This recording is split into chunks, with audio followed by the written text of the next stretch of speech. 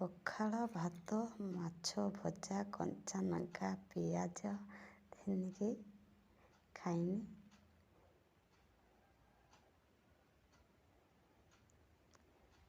ମାଛ ଭଜା ଟେଷ୍ଟ। ଆଉ ମାଛ ଯାଇଥିନି ବାହାନଗା ମାଛ ଆଣିନି। ମାଛ ତାକୁ ଆଣି ବନେଇ ଧୋଇ ଆଉ ହଳଦୀ ଲୁଣ ପକେଇ ଆଉ ତାକୁ ଗୋଳାଇ ଦେନି। ତେଲ ତାତିଗଲାଣି।